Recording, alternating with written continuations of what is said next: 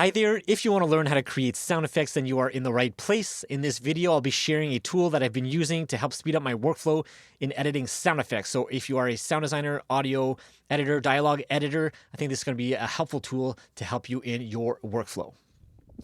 All right, so here we are inside of Reaper, and the tool that I'm talking about is called Reaspeech Lite, and this is it here. And basically what it does is it will analyze the audio that you have on a track, and it will find any voice that is in that audio. It'll be able to translate and transcribe that voice, and then you'll be able to download it and export it either as a CSV and then use that in your metadata or use that in other ways. Now, it can do a little bit more than that, and I'll show you how I've been using it. But first, let me show you quickly just how you can install it. So the first thing you'll want to do here is go to Tech Audio, the Tech Audio website, and make sure you don't click on the Reaspeech.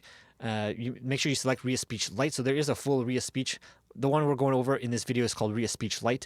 And to download it, you can just go to the download here, and you have your option here for downloads. Now, what they suggest here, if you check out their GitHub page, and you just go down here, it actually goes over exactly all the details you might ever want to know, what it is, what it can do, features, etc. But for installation specifically, they say they highly recommend using the CUDA, C-U-D-A version of the plugin because it basically has a significant impact on processing speed, is what they say. So basically, it'll be a lot faster. So if you already have an NVIDIA graphics card, then you can do this. And they give you the link right here. You just go to the Dev Toolkit. You'll see it's 13.3 is what I'm at right now. So CUDA Toolkit 13.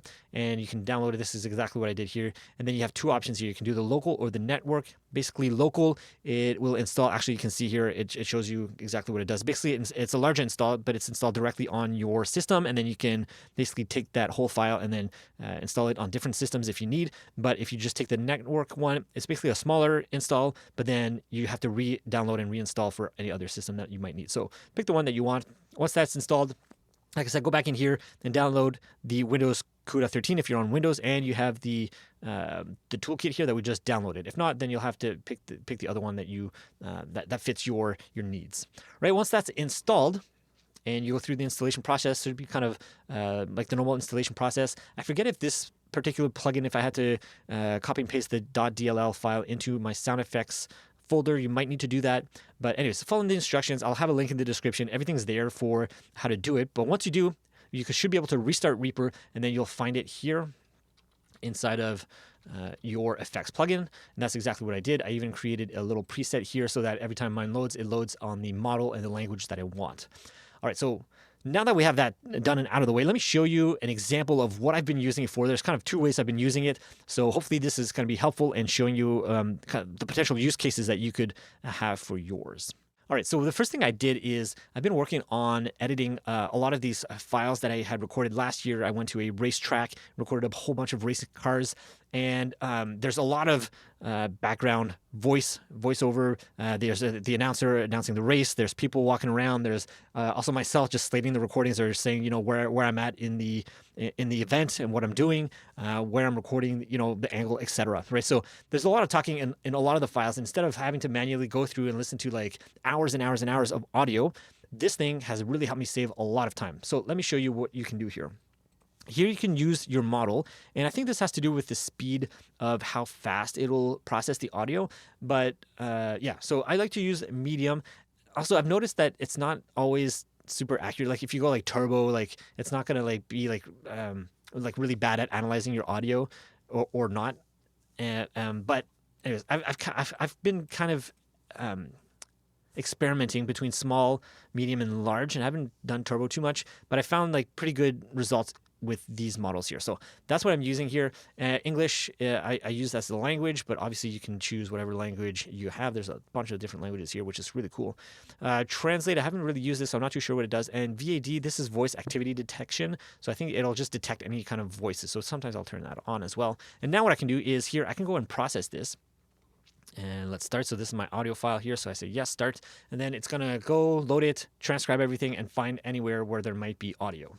So as you can see here, nothing came up. I think part of the reason is because I had this on. I'm going to try it again. Let's do it again.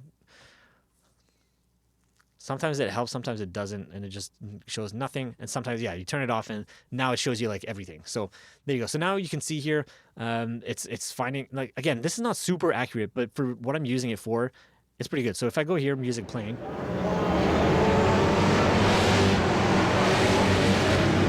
Right, there's clearly not music playing, but you can hear, you can hear the announcer, you can hear the cars in the background, stuff like that. So same thing with here.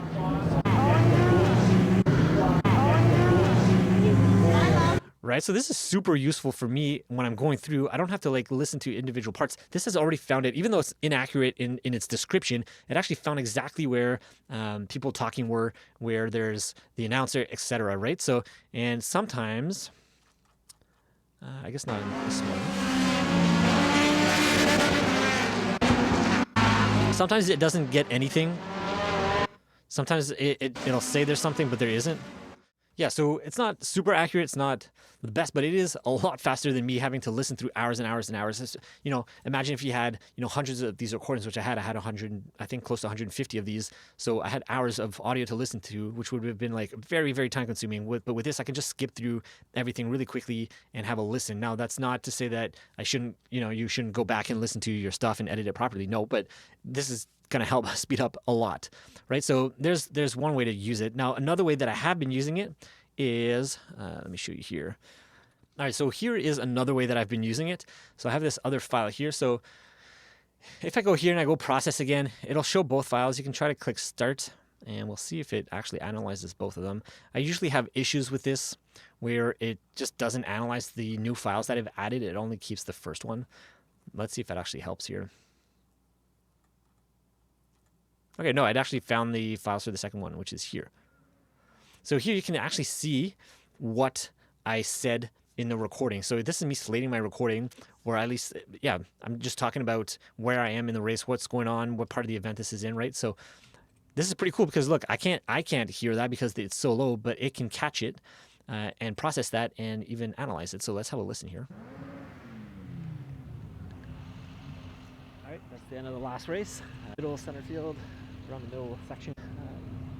Yeah, opposite where the crowd is. Mike on the D100 and so there you go. So this is another way that I've been using it, is that with this now, what I can do, I can go and CSV, I can export it. All right, so I've exported the file here and you can see here. And now what I can do is I can just grab, let's say this section here, I can copy and paste that. And I might put it in here, something like this. And, you know, just do a quick little edit. I can grab all of this now.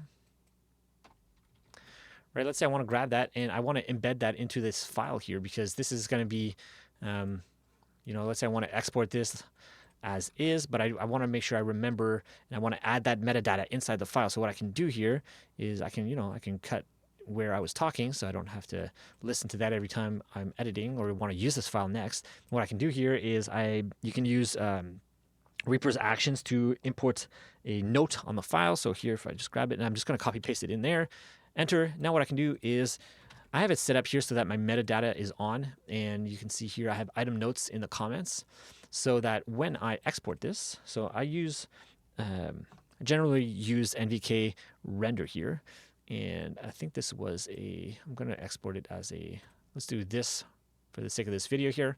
You're going to see I'm going to preserve metadata, but it's also going to grab the metadata that I just have as the notes here. So I'm going to get this out of here. All right, so I'm just going to call it test here, and I'm going to render that. Okay, that's a really long file, so I'm just going to grab a little snippet of it here and render that so we can quickly see it in action.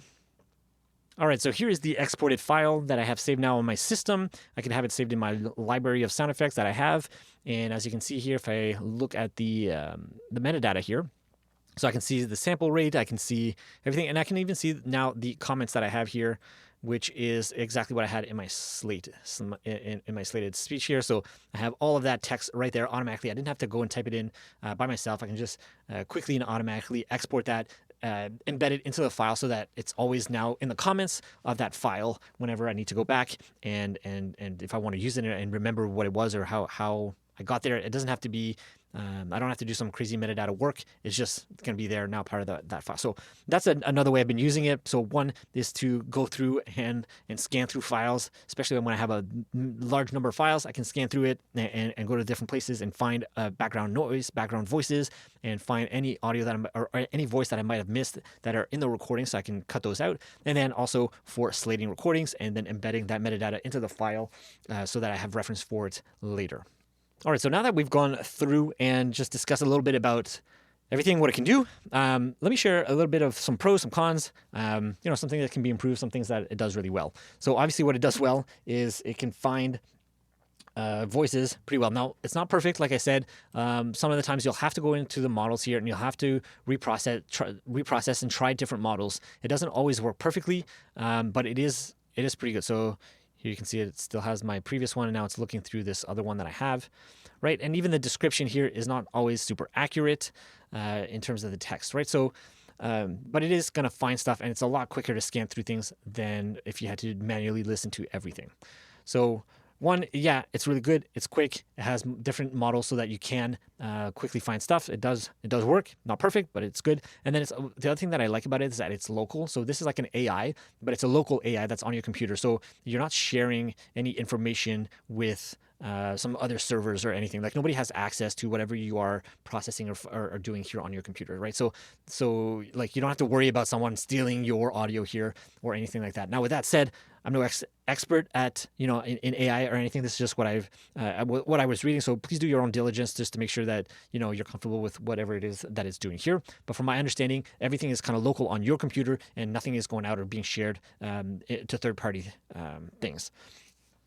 Now, what are some things that can be improved? So one, obviously the detection is not perfect. The description is not perfect. It's cool that it can, detect, engine revving. It can detect cars. It can, even if it's not speech. So I really appreciate that. Even though it doesn't just detect speech, it can actually detect sound effects and then label those sound effects decently. So that is nice, but it's not perfect. So I think that can be improved. And then something to take note of is that it has Crash Reaper for me. So if you are going to be using it, make sure to save your sessions, because I don't know what caused it to crash. I wasn't doing anything crazy or anything, so I'm not sure what exactly made it crash, but it has crashed on me. So yeah, that's something that kind of sucks, because generally Reaper is pretty stable and it rarely crashes for me, but this one has crashed for me a handful of times. So just be aware of that. All right, so I hope you found that useful and valuable, and that this could possibly be a tool that you will use in your work. So if you have any comments, questions, leave it down below. I always do my best to answer them. If you want to see another video of tools or scripts that I use that help me in my workflow, I'll have it on the screen here. And I think that's it for now. If you're interested in getting a free sound effect pack for your work, I have it in the description below, and do so you can join my email list where I send out other offers, free sound effects, and a whole bunch of other stuff there. So if you're interested, check that out in the description. All right, that's it for now. Thanks for watching. I'll see you in the next video. Bye.